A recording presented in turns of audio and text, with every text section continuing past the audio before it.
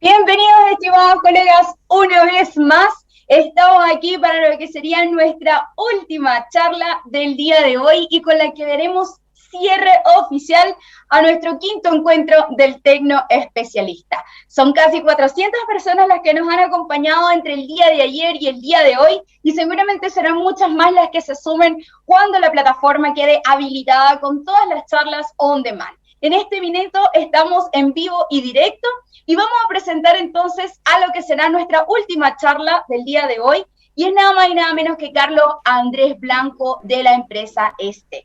Antes de continuar con su presentación, quiero recordarle a los colegas que esta plataforma maravillosa que preparó el equipo de Tecnored tiene un espacio particular para Q&A, es decir, para preguntas y respuestas. Así que por favor utilícenlo para que puedan sacarle el máximo provecho a esta charla. Además que tenemos también una sección de chat en donde pueden saludarnos, contarnos de qué parte de Chile o por qué no de parte de Latinoamérica están conectados con nosotros y por supuesto contarnos si tienen alguna inquietud referente a este maravilloso encuentro. Continuamos entonces con Carlos, quien es de profesión ingeniero eléctrico con más de 5 años de experiencia profesional. Ha participado en proyectos de instalaciones eléctricas como diseñador y especificador. Además, también se ha desempeñado como ingeniero en fábrica de productos e instalaciones eléctricas y actualmente se encuentra trabajando como ingeniero en aplicaciones de productos en la empresa Estec.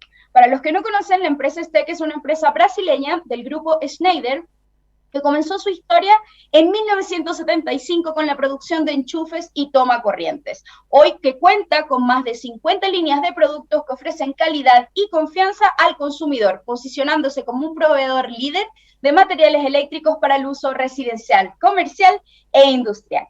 Nuestro querido Carlos viene esta tarde a cerrar con broche de oro con una maravillosa charla acerca de los sistemas solares fotovoltaicos. Así que le damos la cordial bienvenida a Carlos. Muy,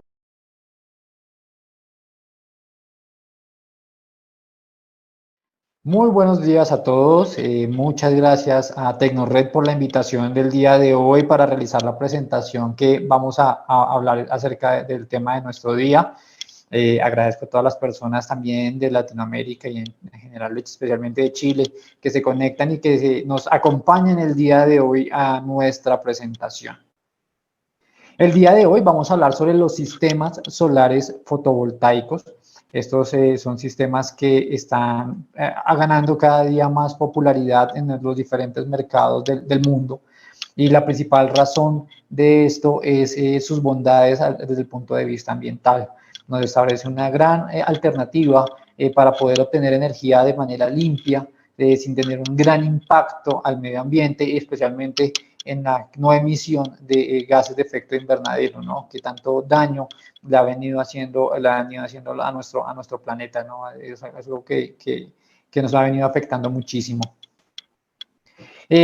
Antes vamos a presentar un poco a Estec. Estec es una compañía que ya lleva más de 40 años de tecnología e innovación.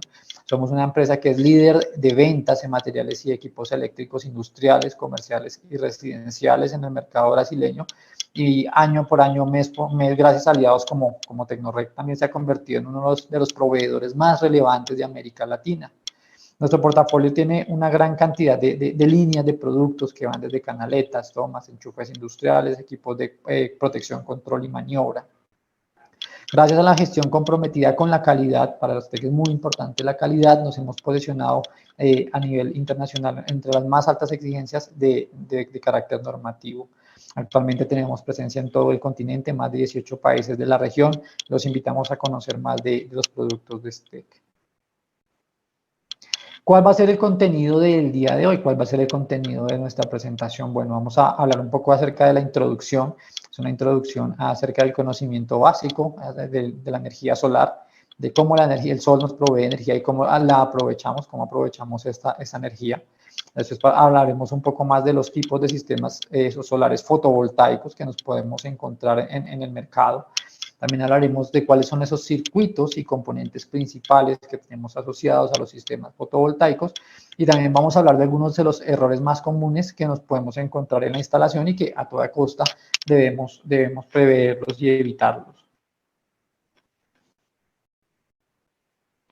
Entonces, la primera pregunta, ¿qué es un sistema solar fotovoltaico? Bueno, son en esencia todos los componentes y subsistemas que, combinados, convierten la energía solar en energía eléctrica adecuada para conectarla a un equipo o a una red de utilización. El sol nos provee energía y esta energía podemos aprovecharla y de hecho en el planeta se aprovecha de muchas formas. Las plantas, por ejemplo, utilizan la energía solar para realizar su fotosíntesis y bueno, muchos otros de los animales y de los seres vivos que nos encontramos en el planeta también aprovechan esta energía. De hecho, de la energía solar también se produce o es la principal responsable de los vientos, ¿no? De la propagación de los vientos también en el mundo. Y hay muchas formas de aprovecharla. Pero uno podría pensar, bueno, ¿y cómo podemos en cierta forma cuantificar o cómo podemos saber cuánta energía llega a un determinado lugar en una determinada zona o a una determinada hora del día? Entonces, el primer concepto que se tiene que conocer para poder hacer esta cuantificación es el de la radiación solar. La radiación solar es la energía emitida por el Sol que se propaga en todas direcciones a través del espacio en forma de ondas electromagnéticas. O sea, esta radiación, de hecho, es una forma de onda electromagnética. La radiación solar se distribuye desde el infrarrojo hasta el ultravioleta. No toda la radiación solar alcanza la superficie de la Tierra porque en general las ondas ultravioletas más cortas son absorbidas por los gases de la atmósfera y muchas otras también por el campo magnético de la Tierra, etc. Entonces no toda esta energía pues llega a nuestra superficie. La radiación solar también se puede dividir en tres o la radiación solar que llega a un punto determinado, puede llegar de maneras diferentes. La primera es la radiación solar directa, que es esta que recibimos directamente desde el Sol. La vemos aquí en este gráfico, pues es la que llega directamente desde el punto solar. La radiación difusa, que es un efecto generado cuando la radiación solar alcanza la superficie de la atmósfera de la Tierra, se dispersa en su dirección debido a algunas moléculas de la atmósfera, por ejemplo, lo que puede haber las partículas de agua en una nube, de vapor de agua en una nube. Entonces esto genera que si la radiación venía en esta forma, por un fenómeno de difracción, pues cambie su dirección y pues termine llegando también a este punto. ¿No? Y también tenemos la radiación solar reflejada, que también suele conocerse en la literatura como la radiación de albedo. Es básicamente la radiación que llega a un punto de la superficie y de ese punto de la superficie se refleja hacia otros diferentes puntos, ¿no? Entonces, básicamente, la radiación total que llega a un determinado punto, a una determinada zona, pues va a ser en general de estos tres tipos de radiación, ¿no? No solamente vamos a recibir radiación solar directa, sino también está la difusa y la reflejada. Bueno, ya hablamos de la radiación solar. Ahora, el siguiente parámetro, que es muy importante tenerlo presente, es la irradiancia. En general, la irradiancia es la magnitud utilizada para describir la potencia incidente por unidad de superficie en todo tipo de radiación electromagnética. Las unidades en el Sistema Internacional de Medidas es el vatio por metro cuadrado, potencia por unidad de superficie. La irradiancia solar se utiliza para medir la potencia incidente producida por la radiación solar, específicamente por la radiación solar. Y la irradiancia en un lugar de la Tierra depende de la época del año, de la hora, de las condiciones atmosféricas del sitio, etc. ¿Esto qué quiere decir? Que la irradiancia realmente es un tema variable, ¿no? Aquí tenemos un gráfico de cuál es la irradiancia en algún punto determinado, dependiendo de la hora del día. Esto puede ser, por ejemplo, una hora del día en primavera, donde las horas de día y noche son más o menos estables o más o menos equivalentes, ¿no? Aquí tenemos, por ejemplo, que la irradiancia empieza a aumentar a medida que va amaneciendo, entonces de pronto a las 5 y tantos de la mañana, casi 6 empieza a amanecer, empieza a salir el sol, entonces la irradiancia empieza a aumentar, ¿no? Hasta que llegamos al cenit, que generalmente es al mediodía, y ya cuando pasamos el mediodía, pues esta potencia incidente pues también empieza a disminuir, ¿no? Aquí tenemos, pues, si sacáramos un gráfico promedio, con promedios, pues sería más o menos este rectángulo que tenemos acá, que hace lo que llamamos horas solares pico, digamos, esta es nuestra ventana de funcionamiento máximo, nuestra ventana de funcionamiento medio, más bien promedio de un sistema que funcione con energía solar, o lo que ese sistema podría llegar a aprovechar en determinado momento. La insolación, por su parte, o irradiación solar, mide la energía solar recibida y corresponde a la cantidad de irradiancia solar que incide en un área determinada durante un tiempo determinado. En el caso de las aplicaciones fotovoltaicas es conveniente utilizar la energía en vatios hora por unidad de área, ya que es una magnitud derivada de la irradiancia. La máxima insolación solar ocurre en la zona ecuatorial durante el verano a las horas cercanas a las 12 del día. Entonces aquí tenemos una gráfica donde tenemos la irradiancia, que es esta curva roja que tenemos acá, de básicamente hora por hora, pues vamos a tener cuál es la irradiancia en cada uno en nuestro punto, en cada una de las diferentes horas de tiempo. Y la irradiación sería nuestra área bajo la curva, todo el área bajo la curva que tenemos de nuestra curva de irradiancia solar. De manera general, los sistemas fotovoltaicos uno los establece por la energía que es capaz de entregar, más que por la potencia máxima instalada, como solemos dimensionar otras fuentes de energía, ¿no? Entonces, como no a toda hora del día tenemos energía solar, solamente lo tenemos en lo que dure el día, y además de esto varía dependiendo de la época del año, ¿no? De la estación, dependiendo pues de las condiciones también ambientales, etcétera. Entonces, pues, por eso estos sistemas fotovoltaicos se deben dimensionar dependiendo de la energía que podemos aprovechar en determinado instante de tiempo en un determinado sitio. Un parámetro que suele ser importante a la hora del dimensionamiento de los sistemas fotovoltaicos es la constante solar. Esta es básicamente la cantidad de energía o la cantidad de radiancia solar que recibimos al borde de la atmósfera en este punto, ¿no? Como les comentaba al principio, no toda la radiación solar que llega a la Tierra llega hasta la superficie. Mucha de esta es reflejada al espacio por la misma atmósfera, otra también es pues reflejada por la misma superficie, ¿no? Y después, bueno, aquí empiezan a haber una gran cantidad de condiciones adicionales. ¿Sí? De hecho, el 30% de esta energía es regresada al espacio porque es reflejada por las nubes, y del 70% de la energía que sigue hacia la Tierra, que tenemos acá, que no es reflejada, más o menos las 2/3 partes son las que se encargan de calentar la atmósfera de la Tierra. Entonces, la constante solar, que es decir, la energía que nos encontramos aquí en este punto, la irradiancia que nos encontramos en este punto, es de 1.367 vatios por metro cuadrado. Ahora bien, en la literatura a veces aparecen otros valores, ¿no? Algunos que tiene la NASA, que se utiliza para su dimensionamiento de energía para satélites, etcétera. Pero de manera general, en la literatura se habla de este valor, 1.367 vatios por metro cuadrado. Y de esos 1.367 vatios por metro cuadrado, solamente 1.000 vatios por metro cuadrado es lo que no es reflejado. Actualmente existen, casi que cada país tiene unos mapas, o tienen unos atlas, o tienen unas páginas donde se puede encontrar una gran cantidad de información acerca del comportamiento solar en diferentes sitios, en diferentes zonas. Si bien es cierto, no es recomendable hacer un diseño detallado con esta información, siempre es ideal hacer unas mediciones en el sitio. Sí nos brinda información muy cercana para poder hacer un diseño inicial o una ingeniería básica, ¿no? Generalmente esas informaciones tienen información muy cercana a la realidad de cómo es el comportamiento, y generalmente también tienen datos históricos de varios años. Entonces, pues nos habla mucho del comportamiento en general de la radiación o de radiancia solar en un determinado sitio. En este caso, en la página de una página del Ministerio de Energía de Chile, aquí tenemos el enlace, es solar.minenergia.cl/inicio. Ahí encontramos pues varias pestañas donde tenemos información, y además de eso nos ayuda un poco con el dimensionamiento de nuestros sistemas fotovoltaicos.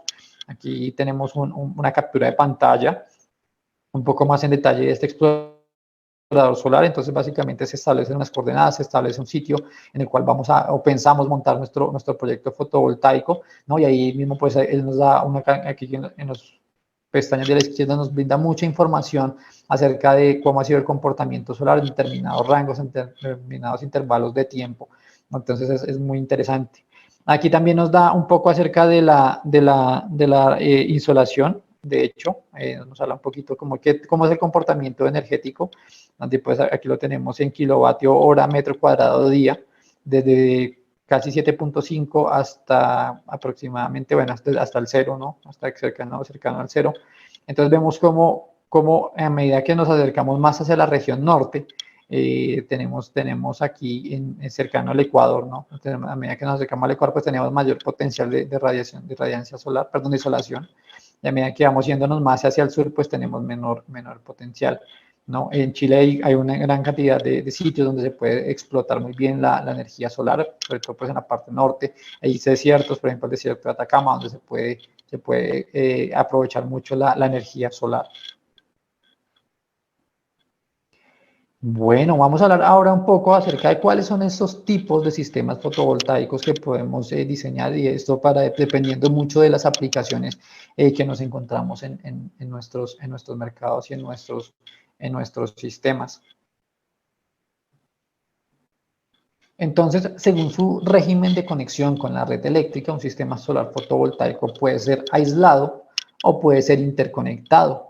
De igual manera, este sistema solar fotovoltaico interconectado puede ser utilizado para autoconsumo o como una central para la generación de energía. Un sistema solar fotovoltaico aislado, estas instalaciones pues no están conectadas de ninguna forma a la red eléctrica de distribución. La energía eléctrica se genera y se consume en el mismo punto y generalmente incluye baterías para almacenar la energía, pero puede no tenerlas. O sea, si no tiene baterías, no necesariamente, hace que sea un sistema fotovoltaico, que no sea un sistema fotovoltaico aislado. ¿Cuál es la principal condición para que sea aislado? Es que no tenga ninguna conexión con la red eléctrica de distribución. Básicamente tenemos nuestro sistema solar fotovoltaico que se va a encargar de suministrarle energía a nuestro punto de consumo. Por ejemplo, puede ser una vivienda, puede ser un equipo específico como el de un equipo de comunicaciones, ¿no? Que se encuentre en una zona muy apartada y que no tenga otra manera de cómo alimentar energía para este sistema, ¿no? Entonces, de eso nos referimos de los sistemas aislados. Por su parte, los sistemas solares fotovoltaicos interconectados sí conviven y sí están conectados o interconectados a la red eléctrica, a una red eléctrica de distribución. En los sistemas de autoconsumo se prioriza para suministrar el consumo de la instalación. En el caso de ser insuficiente, la red eléctrica proporciona la energía necesaria que haga falta. Si solo con el sistema fotovoltaico no podemos alimentar toda la carga, pues la red eléctrica pues, nos puede proveer ese excedente de carga necesaria. Mientras que en algunos casos de producirse excedentes también de energía, también se puede inyectar a la red. Eso depende mucho pues, de las reglamentaciones de las redes de distribución en cada uno de los países, pero en general ya se está avanzando mucho en la región para que los mismos productores puedan también, consumidores, perdón, puedan también generar energía e inyectarla a la red. En sistemas para generación, toda la energía producida por los paneles se vierte a la red eléctrica. Entonces, si tenemos un sistema solar fotovoltaico, no va a tener un punto o un centro de consumo asociado, sino esencialmente el sistema solar fotovoltaico va a generar toda la energía para alimentar su red eléctrica. De forma general, ¿cuáles son estos componentes o estos grandes bloques que nos encontramos en los sistemas solares interconectados? Bueno, aquí tenemos nuestro sistema solar fotovoltaico. Este pues va a estar conectado a un punto de interconexión que también puede llegar a tener un punto de sincronismo, ¿no? Un control de sincronismo para poder establecer el paralelismo entre el sistema solar y la red eléctrica. Y si es un sistema interconectado para autoconsumo, pues va a tener también asociado su centro de consumo. Entonces, si no, pues simplemente va a tener nuestro sistema solar entregándole energía a la red eléctrica de distribución o al sistema de transmisión nacional. Según el uso de la energía producida, también podemos encontrar una tipificación.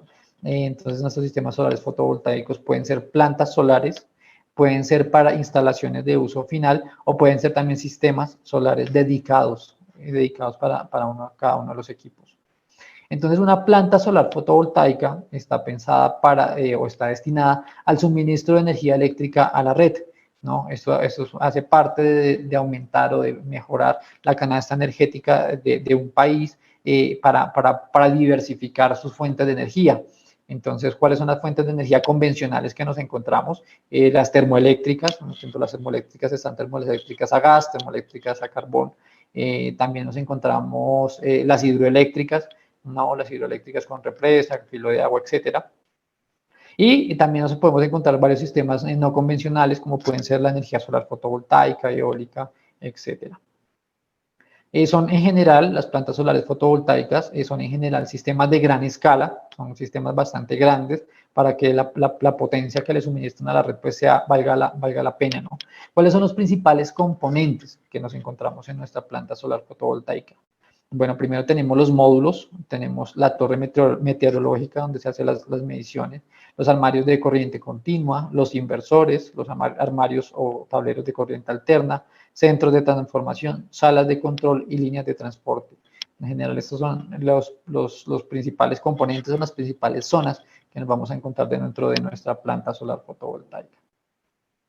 También tenemos sistemas para instalaciones de uso final. Esto básicamente hablamos de las instalaciones de uso final donde le vamos a suministrar o están diseñadas para suministrar energía a una determinada carga o a un determinado grupo de cargas. Aquí tenemos, por ejemplo, un techo solar, aquí para una vivienda. Entonces, básicamente a la vivienda, en los techos se le instalaron una serie de módulos fotovoltaicos y esto pues con el propósito de proveer la energía a las cargas de la vivienda, de la casa. Estos sistemas pues, pueden ser totalmente autónomos, es decir, pues no están conectados a la red, sino que esencialmente le suministran energía fotovoltaica a la vivienda, entonces solamente se alimenta la energía solar, o puede ser interactivos, ¿no? Donde la energía solar que se produce, se consume y se utiliza en la casa, pero en el momento en el que se requiera también puede tener consumo de la red de energía pública, de la red de energía local. Y los sistemas dedicados, esos están destinados para alimentar una aplicación muy específica. Generalmente son pequeños y son instalados o tienen una gran posibilidad de ser instalados en lugares donde otras opciones de alimentación no son viables. Aquí tenemos un ejemplo de un sistema dedicado para alumbrado público, donde tenemos nuestra luminaria de alumbrado público, tenemos nuestros paneles, nuestros módulos fotovoltaicos y pues posiblemente tenemos en alguna zona un sitio donde podemos tener baterías, donde vamos a tener unos controladores, etcétera. Entonces son muy especializados, están pensados única y exclusivamente para un equipo, alimentar un equipo determinado. Ahora vamos a hacer un pequeño zoom, una pequeña ampliación de los circuitos y componentes principales de los sistemas fotovoltaicos para uso final. En general, un sistema fotovoltaico pues tiene una fuente fotovoltaica, es decir, un lugar y unos equipos en los cuales se encargan de transformar la energía solar, la energía que recibimos del sol, en energía eléctrica, ¿no? Aquí nos vamos a encontrar unos paneles, nos vamos a encontrar unas filas, unos arreglos, etcétera, de sistemas fotovoltaicos que nos van a permitir transformar esta energía solar a energía eléctrica. Nosotros tenemos que llegar, toda esta energía tiene que llegar a un punto en el cual vamos a recopilar toda esa energía que estamos recibiendo, tenemos que llegar a un punto y eso suele conocerse como el punto de conexión de corriente continua. Aquí también solemos tener tableros, solemos tener elementos de control, ¿no? Y tenemos también protecciones para nuestro sistema fotovoltaico en la parte de corriente continua. Aquí esto pues va a llegar a un sistema regulador. Este sistema regulador tiene la función principal pues de regular las interacciones entre la carga. Si tiene un sistema de almacenamiento de energía como la batería, pues también regular la interacción con la batería y regular nuestro sistema, la energía que se está produciendo, regular la manera como se está produciendo energía desde nuestra fuente fotovoltaica. Entonces, tiene una función muy importante dentro de nuestro sistema, ¿no? También nos encontramos elementos de acumulación, lo más usual son encontrarnos baterías especialmente diseñadas para los sistemas fotovoltaicos. Hay varios tipos de presentación. Y también tenemos nuestro inversor, ya que generalmente nuestras cargas no funcionan en corriente continua, que es como produce nuestra fuente fotovoltaica, sino que producen en corriente alterna. Entonces, para esto se requiere este equipo inversor que se encargue de hacer la transformación de uno de nuestros tipos al otro tipo, ¿no? De corriente continua a corriente alterna. Entonces, en nuestra fuente fotovoltaica nos encontramos los módulos y por ende también los paneles. El módulo es el mínimo grupo completo, protegido ambientalmente, de celdas solares, componentes ópticos y otros, excepto los de orientaciones, no hace parte de los módulos, que están diseñados para generar en la energía solar energía de corriente continua. Entonces, básicamente esto es lo que nos venden los fabricantes de estos equipos, es el módulo. Básicamente tienen una serie de celdas, que son estos pequeños cuadritos que tenemos acá. Todos estos cuadritos están internamente conectados de alguna cierta manera para entregarnos energía eléctrica de una determinada manera, ¿no? En corriente continua, a cierto determinado nivel de tensión, a cierto determinado nivel de energía. Nosotros cuando estamos ya construyendo nuestros sistemas fotovoltaicos, generalmente los agrupamos en paneles, que son básicamente el conjunto de módulos unidos mecánicamente, alambrados y diseñados para proporcionar una unidad estable, instalable en sitio. Entonces, básicamente lo que hacemos es que conectamos nuestros módulos en serie y después estos módulos en serie los conectamos en paralelo para poder dar energía de determinada manera y asimismo poder alimentar todas nuestras cargas. El regulador de carga, por su parte, se encarga de controlar el flujo de energía que circula entre la fuente fotovoltaica, es decir, nuestros módulos, paneles, arreglos, etcétera, y el campo de baterías o la carga también. El control de flujo de energía se realiza mediante el control de parámetros de intensidad o corriente, de voltaje o tensión al que se inyecta en la batería. El flujo de energía también depende del estado de carga de las baterías y de la energía generada por la fuente fotovoltaica, así mismo pues también por la energía que nos esté solicitando la carga, ¿no? Por eso digamos, este equipo cumple una función vital dentro del control de todas esas interacciones de todos nuestros equipos. Por su parte, el inversor, este dispositivo se encarga de transformar una entrada de corriente continua en una salida de corriente alterna. Existen inversores para red eléctrica aislada, que se llaman off-grid, o se conocen con el nombre de off-grid, e inversores para conexión a la red, o también conocidos como on-grid. La principal diferencia es que los que tienen sistema de interconexión a la red tienen también unos módulos de sincronismo y de paralelismo que permite trabajar de manera paralela o de manera sincronizada con otra red de alimentación. Esto para evitar de que se presenten fallas o fallas como cortocircuitos y demás dentro de nuestros sistemas. También existen algunos inversores híbridos que permiten hacer las dos configuraciones. Podemos trabajarlo de manera aislada o de manera interconectada a la red. Y también se puede, digamos, teniendo en cuenta pues también los bancos de baterías. Las baterías, por su parte, su principal función es acumular la energía que genera nuestro sistema solar fotovoltaico para poderla utilizar a lo largo del día, ¿no? Por ejemplo, si tenemos un sistema de iluminación que está alimentado por un sistema fotovoltaico, pues este va a funcionar sí o sí cuando no haya energía solar. Entonces, estos son necesarios instalar baterías como la que tenemos aquí. La capacidad de las baterías se define mucho dependiendo de qué tanta energía puede almacenar. Básicamente, esto se mide en amperios hora para un determinado parámetro de descarga. Es muy importante el cuidado y el mantenimiento de estos equipos, son equipos realmente un poco delicados y sensibles, entonces es muy importante su correcto mantenimiento. Bueno, entonces hasta aquí hemos visto el concepto de radiación solar, también vimos algunos de los tipos de sistemas fotovoltaicos y hablamos también acerca de los componentes.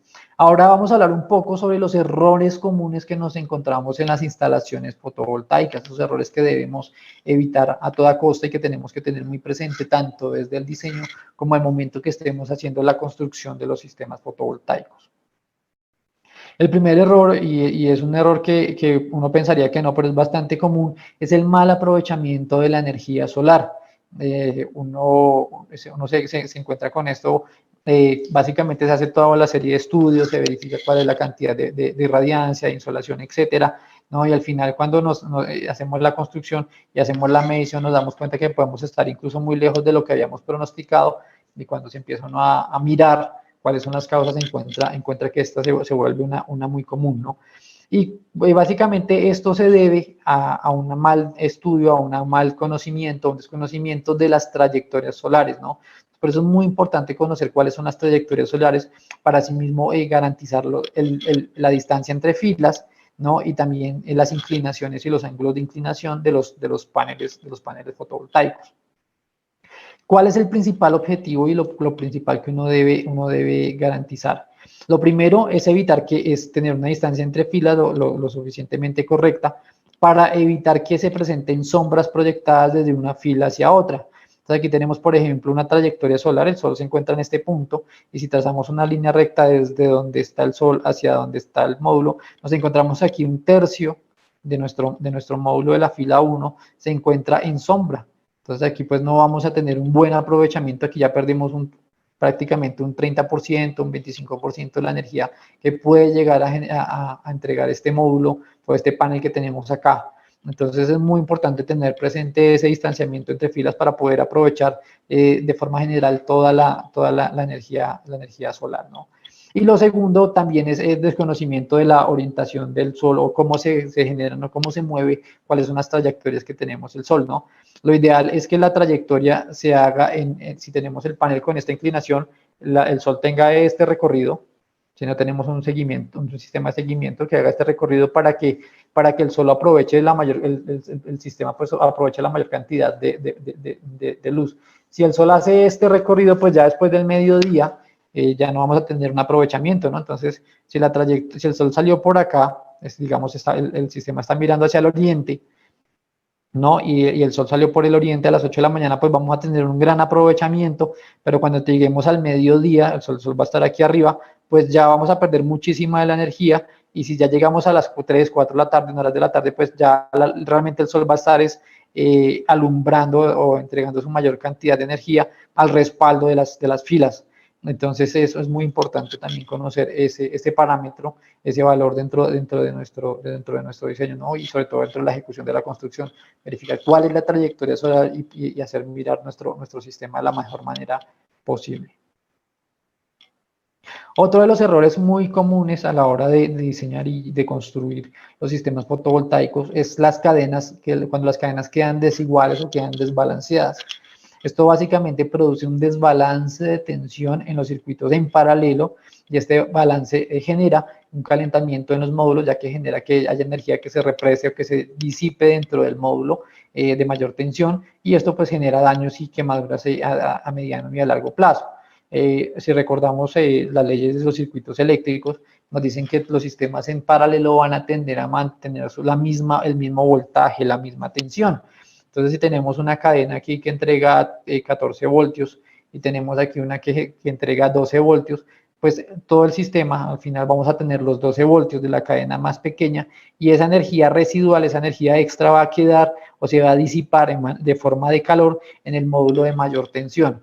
Y esto pues va a generar fallas como las que nos encontramos en esta foto, donde pues ese calor excedente pues va a generar quemas en los diferentes módulos y pues a largo plazo daños irreversibles a nuestros equipos. Entonces es muy importante tener eso, tenemos que tenerlo muy en cuenta, muy presente. Los módulos tienen una variabilidad en su tensión, entonces es muy importante poder tener estos valores dentro de los parámetros que nos dan los fabricantes de los módulos. También tenemos las técnicas y herramientas inadecuadas en la instalación, ¿no? Y esto genera pues muchos efectos, ¿no? Estas instalaciones tienen que ser muy precisas, si nos excedemos, por ejemplo, en apriete, podemos generar rotura de los módulos. Aquí tenemos una foto de un módulo que se rompió porque el apriete del tornillo de sujeción fue bastante fuerte, ¿no? Entonces, pues esto generó que se rompiera el módulo.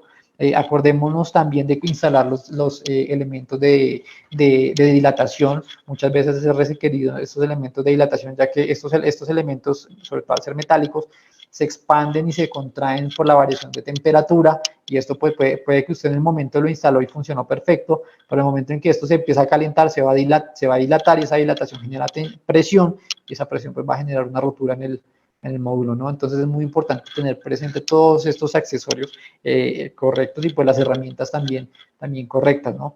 Ahora también nos puede pasar lo contrario, que los módulos y los sistemas queden flojos, no queden bien sujetados, y pues nos puede pasar aquí como la foto que tenemos abajo, que un viento fuerte generó la caída de los módulos fotovoltaicos. Entonces, esto pues va a generar un daño bastante fuerte, ¿no? Los módulos, posiblemente varios de estos se habrán roto, se habrán afectado, entonces ya no vamos a tener aquí un funcionamiento, ya hemos perdido pues bastante dinero, ya que esto es representativamente muy grande en el costo del proyecto. También tenemos los puntos calientes, eso es un elemento que se tiene que tratar con mucho cuidado. Uno de los causas más comunes de los puntos calientes es errores en el ponchado de los conductores, ya que en los accesorios de los junction box o los puntos de conexionado de los paneles y de los módulos se utilizan de pronto accesorios que no son adecuados, a veces se utilizan elementos que no son aptos para intemperie, ¿no? O se utilizan herramientas que no son correctas para el ponchado. Entonces, cuando se genera esto, genera puntos de concentración de calor y esto en el largo plazo va generando daño en todos nuestros sistemas fotovoltaicos. Entonces, es muy importante verificar y validar todos estos elementos. También solemos encontrar algunos errores en la instalación de protecciones, ¿no? Esto es un error crítico y es un error que es bastante común en los sistemas.